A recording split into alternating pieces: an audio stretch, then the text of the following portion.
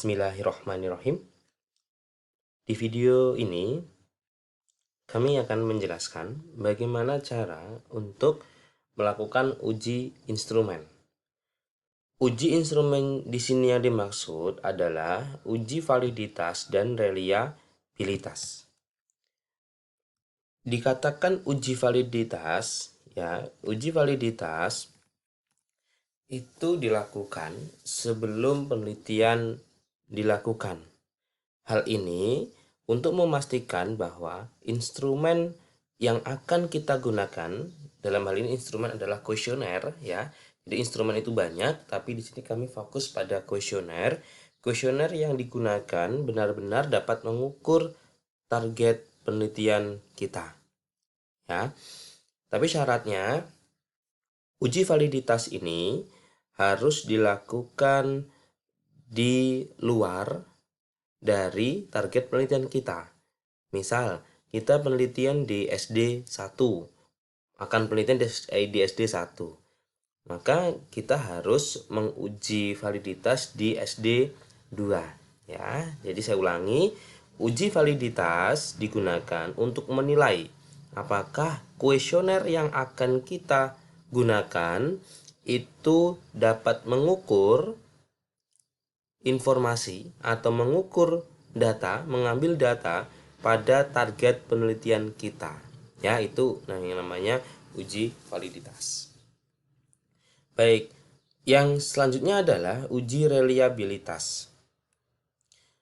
Uji reliabilitas adalah uji yang digunakan untuk mengukur apakah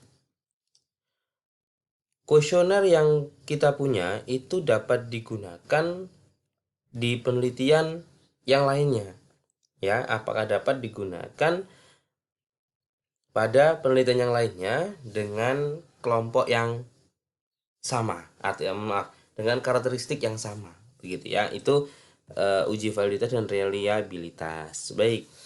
Di sini kami akan mencoba untuk menguji validitas terlebih dahulu. Ini saya kasih contoh untuk contoh kuesionernya ya. Nah,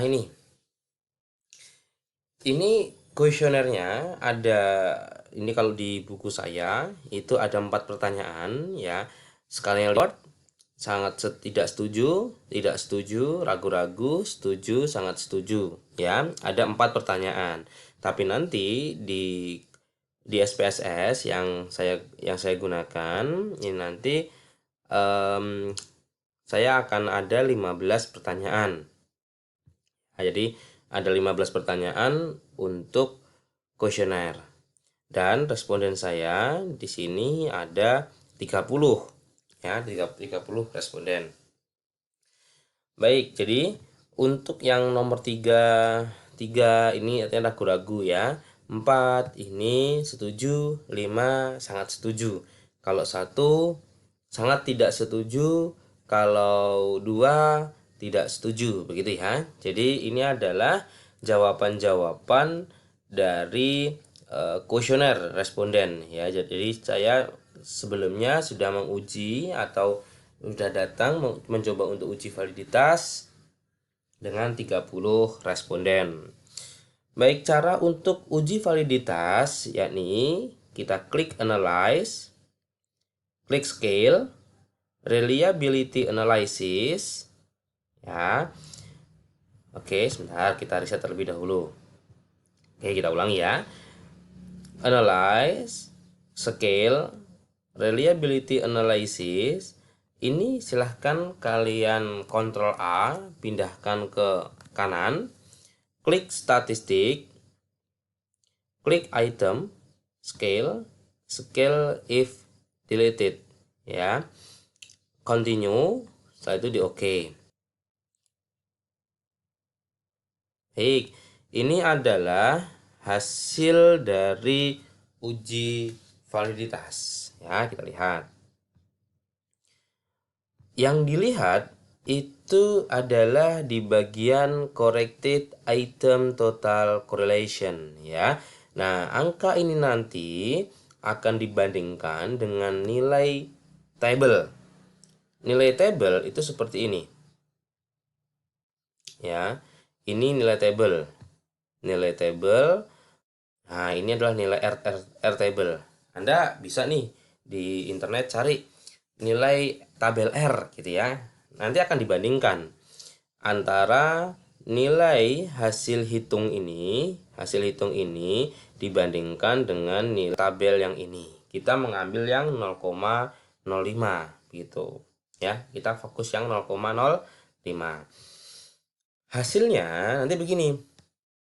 Jika nah ya, sebentar.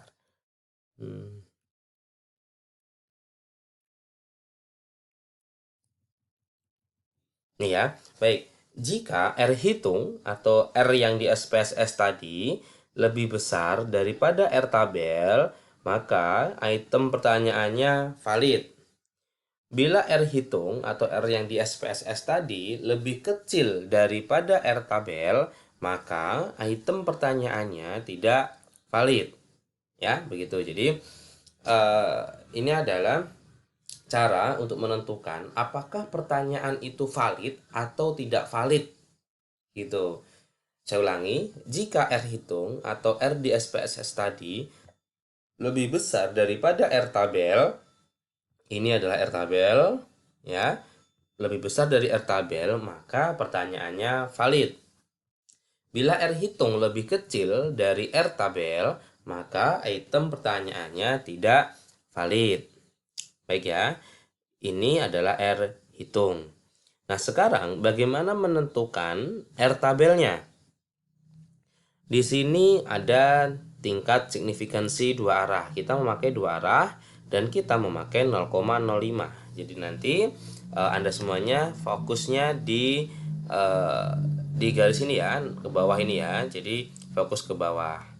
Nah, setelah itu di bagian kiri Anda di sini ada jumlah responden ya, jumlah responden dari 1 sampai berapa ini ya, ya banyak lah ini ya, ini sampai 200. Nah, sekarang kita memilih yang mana? Caranya untuk memilih, kita lihat di ini ya, di SPSS kita itu ada 30 responden ya, 30 responden, 15 pertanyaan. Nah, 30 ini adalah jumlah responden. Jadi kita nanti cari di bagian sini mana angka 30. Oke. Ah, ini 30. Ini 30. Nah, apakah langsungnya dibaca ini? Tidak. Kita lihat di atas. Degree of freedom-nya n min 2. Berarti 30 dikurangi 2 berarti 28. Berarti kita menggunakan yang ini. Ingat ya, kenapa ini? Karena dia 0,05 signifikansinya. Atasnya ini 0,05. Jadi 3,610. Baik, sekarang ingat-ingat ya, 0,3610. Sekarang kita lihat di SPSS di bagian output ya.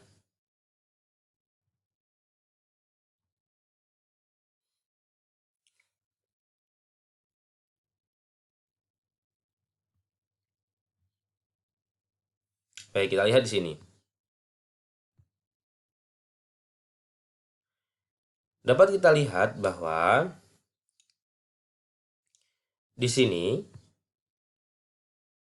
bentar ya.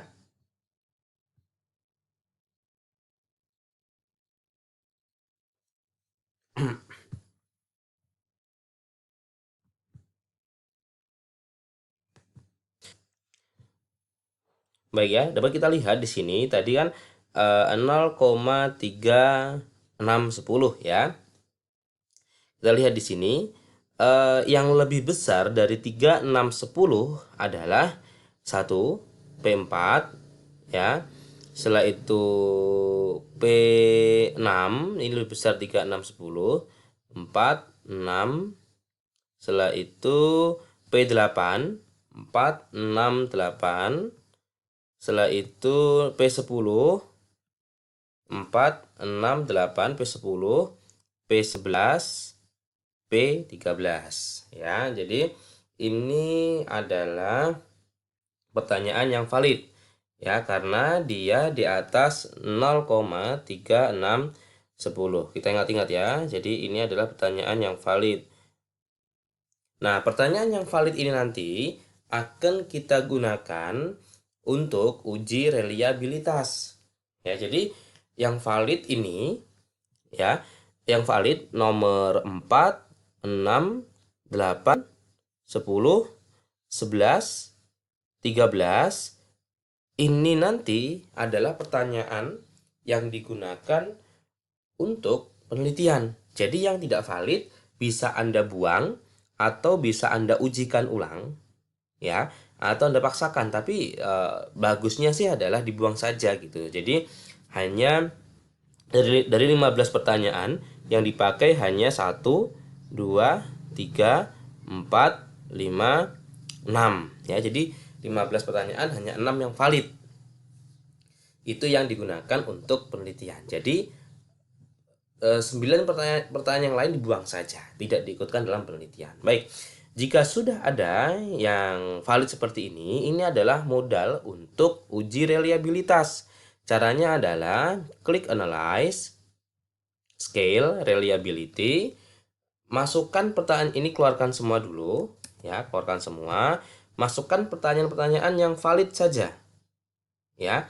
Pertanyaan yang valid tadi nomor 2, nomor 4 ya, 2, 4. Setelah itu nomor mohon maaf bukan P2 ya, P4, P6,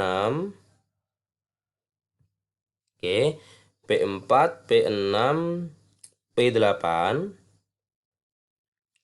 setelah itu P10, setelah itu P11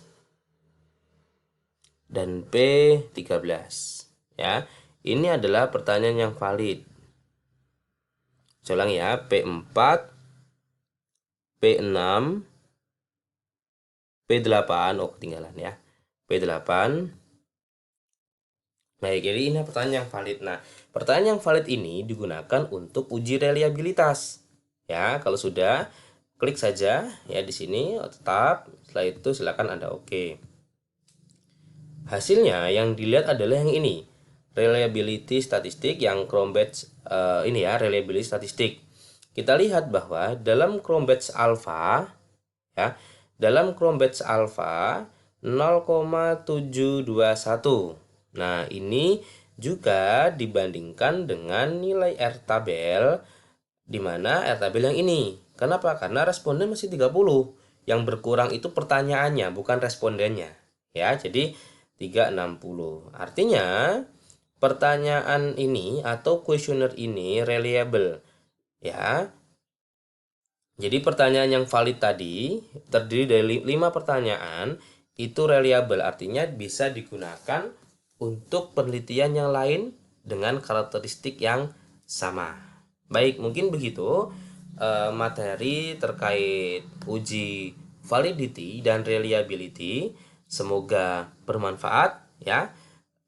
Silahkan video ini dibagikan ke rekan-rekan Anda jika dianggap bagus dan penting. Baik, sekian dari saya. Assalamualaikum warahmatullahi wabarakatuh.